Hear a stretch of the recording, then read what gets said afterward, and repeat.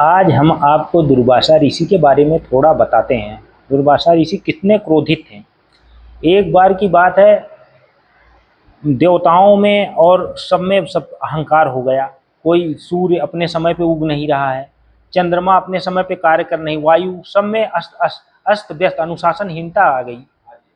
उसके बाद क्या हुआ कि महादेव ने एक पारिजात पुष्प की माला दुर्वासा ऋषि को दी, कही जाओ और आप देवराज इंद्र को दे देना।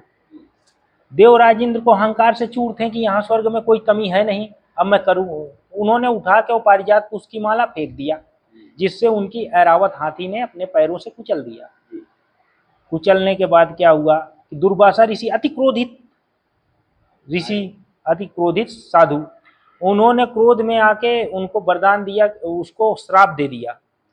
श्राप दिया कि जो महादेव के द्वारा दिया गया प्रसाद तूने फेंक दिया तो जा पूरी देवलोक ही श्रीहीन हो जाए, मतलब तुम लोग दलिद्र हो जाओ। फिर उसके बाद उनके श्राप के प्रभाव के कारण क्या हुआ कि सारे देवताओं को श्रीहीन हो गए, सब कुछ गायब हो गया, उनका राजपाट चला गया, वैकुंठ से लक्ष्मी गायब हो गई। अब ये देवता इधर उधर मारे मारे फिरे, कोई जगह नहीं, असुर उनको दौड़ा रहे हैं क्योंकि उनके पास शक्ति नहीं, सब छीन गया। फिर अंत में वो जाके हाथ जोड़ दुर्वासा ऋषि के आगे कहें, प्रभु मेरे को माफ करो, मेरे से गलती हो गई। फिर उन्होंने जब ही उन देवताओं को और असुरों को सबको बुलाया और उसके बाद उन्होंने कहा कि अब इसका एक ही उपाय है, समुद्र मंथन। समुद्र मंथन हुआ, फिर वापस लक्ष्मी निकली, वापस उनको राजपाट मिला, सारा काम हुआ।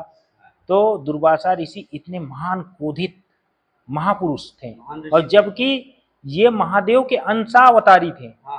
अंश से ही इनका, रुद्र अंश से ही इनका अवतार हुआ था। दुर्वासा ऋषि के लोगों को अनुशासन में लाने के लिए ही इनका अवतार हुआ था।